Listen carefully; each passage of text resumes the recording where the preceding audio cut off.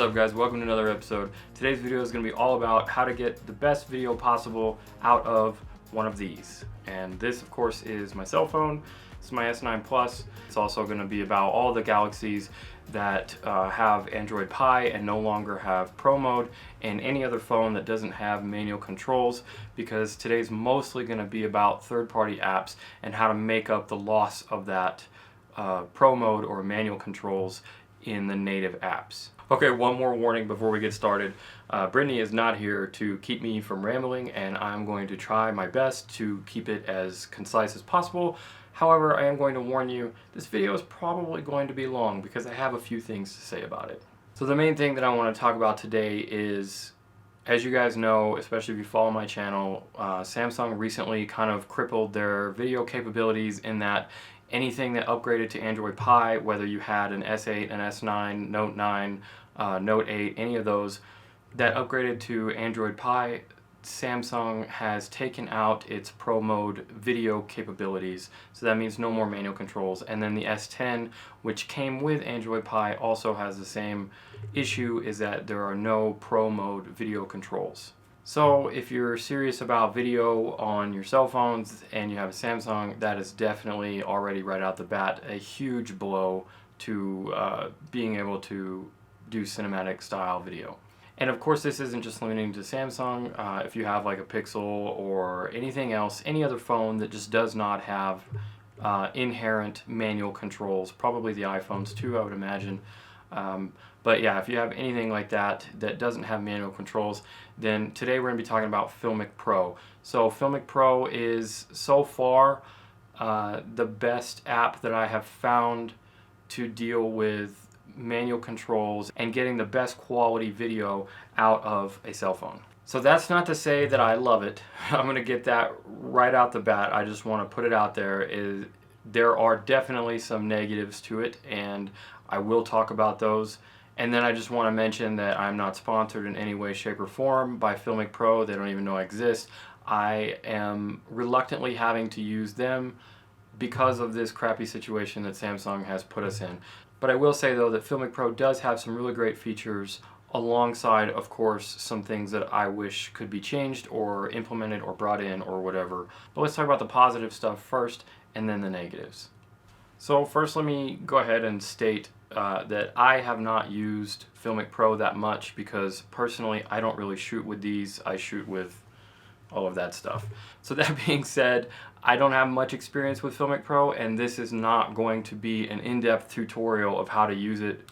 So I just don't feel like super comfortable trying to dive into every single little detail of Filmic Pro that I haven't really necessarily messed with yet. But if you guys want to see something like that in the future, let me know in the comments below, and I'll definitely consider giving this a little bit more attention. But for now, we're just going to dive into the basics of it, and I'm also going to state that I have not yet bought their cinematographer's package, or whatever it's called, the advanced features with the LUTs and the advanced profiles and histogram and all that stuff. So I will potentially be doing a separate video on that, and again, let me know in the comments below if that's something that interests you.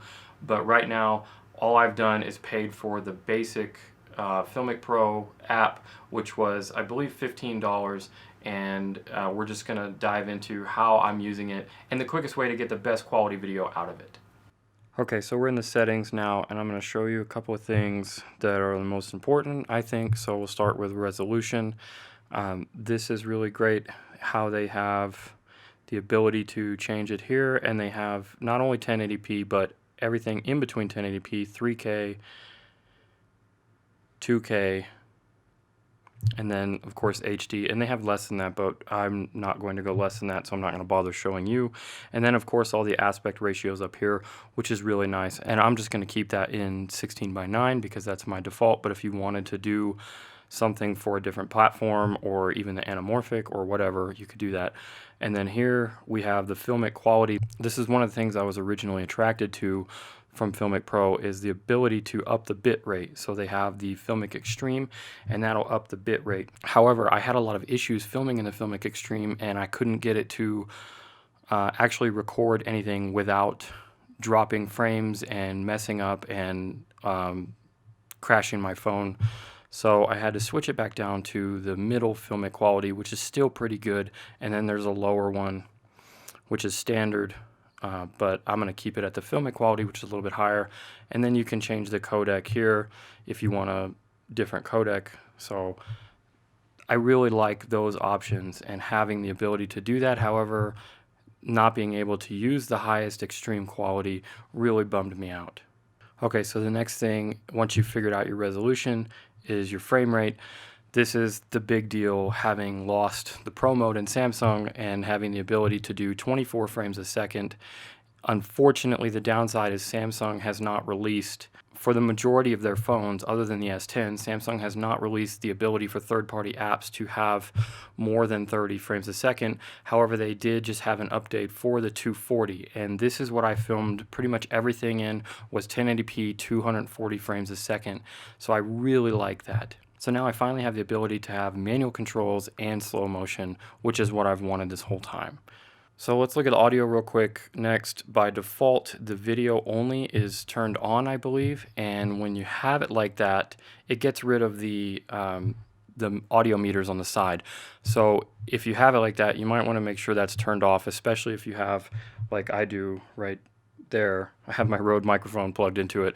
So then you can control and have it to the highest 48K if you need it, but 44.1 is pretty standard, so I'm just going to leave it in that. But the big thing is making sure the video only is turned off. That way you have your audio bars there. So now we have everything the way we want it, and you can see the audio, you can see my audio being picked up there on the bars, and it's really handy to see what you're doing and all of that. So once you get the stuff the way you like it, then you can go ahead and preset and save that. So I've already set that as I typed that in and made a preset called slow motion. So this is now my slow motion preset, and we're good to go. And you can do that if you want a 4K preset or whatever else you want. So the other thing that I was really attracted to for Filmic Pro is this right here, and that is their ability to control the stabilization and the fact that they are able to utilize the stabilization in the phone. And for me, someone who doesn't have a little phone gimbal or anything and having to do handheld stuff, this is super handy. So I'm going to make sure that's turned on. And so there's a lot more settings here that we could go over, but I'm not really going to go over those because that's kind of the main stuff for me. The next stuff that I want to go over here is this stuff here. So first of all, let's talk about this. This is the most important button right here for me, and this will bring up your controls for your shutter and your ISO. And to me, this was one of the downsides. It's kind of a catch-22. I like that they have the controls. However, I feel like they are a little bit unintuitive. So right here, you'll notice these 3 dots. So let me go ahead and pull my filter off. So hopefully we'll be able to see a little bit better. But right here, you'll notice we have these 3 dots. And this dot farthest to the left is low ISO bias. And this middle one is mid ISO bias, and then high ISO bias. So, and you'll see that when I click on that right there, you'll see moderate, and then we can go to low ISO. I don't want to lock. See, this is the other part, is it's really finicky and it's hard, especially if you have big hands, to deal with hitting the right thing. So then once we have it, I want it to low ISO basis. Once we have that set, now we're going to be adjusting the shutter speed here.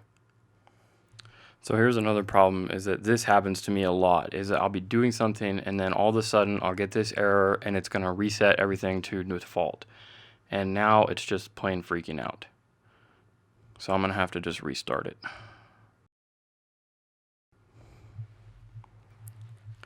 Alright, so let's try this again now that we've restarted. So hopefully now I've got it set to the low ISO basis. I've got my shutter speed here, and then now as I slide this, you can see I'm adjusting my shutter speed. So the great thing that I do like about this is that you can dial in your reciprocal to 1/48. Now it's really pain because you'll see this number here change, and that's the ISO base. So I want it to be 48 and I want the lowest ISO, which is 50. And it takes forever to dial that in, and then if you now you can lock it, but to fiddle with that for me has just been an absolute pain. The other thing that I do love about this though is right here, So on the SAMC, I hit the wrong thing and it just readjusted. So I didn't want it to do that, but whatever, we're gonna leave it there. So what I was trying to point out is the iris, being able to change the aperture. So you'll see the 2.4 f, so that's the f-stop, f2.4, and that can be changed with the Samsung. Since I have that ability, it's very nice that Filmic Pro has access to be able to change the aperture to get me that much more light. So over here you'll notice we have the focus, and it's really nice to be able to rack focus here like this, and then if I were to tap on the screen, then I get my exposure lock button and my focus lock button. So now it's in auto. So now I could pull it over here to say adjust the exposure for this area, meter for this area, or meter for this area, or meter for this area. And then I have my focus, so I can say focus here, and then I can pick the focus spot and then lock it down. When you double tap, it locks down the exposure and the focus, and that's very handy. And then here's the zoom, and that's kind of nice. So you can control the zoom there. I don't use that much though. I'd rather switch out a lens and do it that way. So let's go over here and we'll hit this A, and I don't know what that means, but now we have some other stuff like the zebra stripes, which are really handy. So this is overexposed, this is all underexposed here. So all of the red stuff, so that'll help you set your exposure, which is really nice. And then you can come over here and you have false color, and that's really nice. Again, same thing, it's just overexposure, underexposure. So the next thing I like about this is it has focus peaking, which is really handy. If you tap that, then you'll get all the green stuff, and then when you're controlling your focus here, it'll show you everything that's highlighted in green is in focus. Okay, last thing I want to talk about real quick is this colors here. So this is where the white balance is. So if we click here on the auto white balance, it'll do a pretty good job of auto white balancing it and pick it where it needs to be. And then if we click it again, it'll say white balance locked.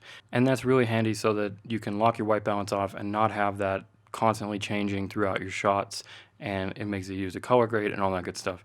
So there's also these other presets here, so I can click sunny or cloudy or fluorescent or whatever, and all of those are there. That's really nice. So the last thing in here, and I'm not going to go over, but you can look at the histogram, and it's nice that they have it. However, this is the part that they want to charge you for. So what you can see though, even though if you don't mind this more information crap, you can still see, see if you click on it, it'll tell you to buy their cinematographer kit. So you can see the actual histogram there, and that's really nice. So if you actually start changing your exposure, you'll see the histogram change. So if I stick my hand in front of it there, you can see the histogram change a little bit. And if you buy the stuff, then you get all this extra stuff, which again, I'm not going to go into, but that's there if you want to see your histogram and you don't mind reading over the stupid spam stuff. And the same thing here, the histogram breaks down, and now you can see your colors and you can change all that stuff. And you can't do anything with it unless you purchase the extra thing, but you can at least see that it's there. Okay, so that's pretty much all the settings that I want to go through right now. So those are the kind of the basic things that are going to help you get the best quality out of your footage right off the bat using Filmic Pro. So let's go over a couple of the negative things real quick, and I already kind of briefly mentioned them in the settings, but the first negative thing right off the bat is the price. It's $15, I believe, just for the basic app, and then it's another like $13 or $14 for the cinematographer's kit, which includes the ability to shoot in log and the flat profiles and the histograms and custom all of that stuff, which is really handy, and I would like it, but for me it's not really worth it right now, so I just skipped that. The next thing is that I have found, and if you guys have found this too, let me know in the comments below, but I've found that it's definitely buggy with the Samsung Galaxy S9 Plus and the S10. It's been kind of crashing on me. I've gotten those errors that have popped up, and most importantly, I haven't been able to film in the highest bit rate, which definitely, I think, as an editor and a filmmaker, is what you want to get the most out of your footage, and to not be able to have that is a really bummer. None of it worked. Every time I've tried, it's crashed on me, and it's recorded the footage wrong, and it's been corrupted, and Premiere won't play it, and the phone won't play it. So I had to drop it back down to medium. So that was a big blow for quality-wise. And then the other big thing that I mentioned that is a downside for me is it's just not intuitive. It feels weird. Again, I haven't used it that much, but I just don't like the interface very much. I don't like how the ISO and the shutter speed work. It's just frustrating for me, and I'm always hitting the wrong thing and by accident and changing my exposure. And yeah, you can lock it off, and that's definitely the way to go, is once you get it set, lock it down. But it's still just, it's finicky, and it's not quite as intuitive as I would like. But that stuff being said, I'm glad that Filmic Pro is there. I'm glad that they're working with the Galaxy series and all of the other phones to make the best app that they can. And they are pushing out it seems to be pretty regular updates, so that's nice. And they do have a decent customer support team, at least, to let them know the gripes or the bugs that you find or whatever. So all of that is really positive. And at the end of the day, I do understand the pricing, because, you know, this stuff ain't free. There's a team of guys just sitting behind a computer just coding all the time to make these apps what they are for us. So, you know, when you look at it in that regard, as a creator, as an independent business person, I appreciate that, and I will gladly pay the $15 to get the manual controls back. And this has definitely been, Filmic Pro has definitely been the best app so far that I've seen, all in one, that can do that, aside from the old native Samsung Pro video controls. Alright, so I'm going to wrap it up. Like I said, like I warned you, this video is getting pretty long, and I'm going to go ahead and cut it here because I'm starving, and as you can see, I don't have my tea. But that's all the stuff that I really wanted to go over. Hopefully I didn't miss anything. If you have any questions or any comments, because I know a lot of you actually probably know a lot more than I do about Filmic Pro and mobile videography, leave all of that stuff in the comments below. You can help me out, you can help us out as a community. That's what we're here for. That's why I'm doing this video, because you guys asked me to. So hopefully that will help you guys, especially people that are shooting on the Samsungs that have had frustrations with losing their Pro mode. Hopefully that'll help you, give you an insight into the avenues that you can go and the things that you can do with programs like Filmic Pro. I may or may not still do a Moment app review. I talked about it before in a couple of other videos. However, I don't think at this point the Moment app is anywhere near as good as the Filmic Pro. I had a lot of other issues with that, but I'm not going to go into that. I don't want to make negative videos, so I'm going to wait and piddle with that some more. But for now, I'm definitely still recommending Filmic Pro, and that comes at a cost, and it still has its downsides, but overall I still think the pros far outweigh the cons in this case, especially if you are interested in mobile videography and getting the best quality videos possible. Alright, so that's it. Seriously, it's tea time. Hit that like button if this video helped you out. If you haven't already, definitely make sure you subscribe to the channel. I've got new videos every Tuesday and Friday. Thanks for watching. I'll see you in the next one.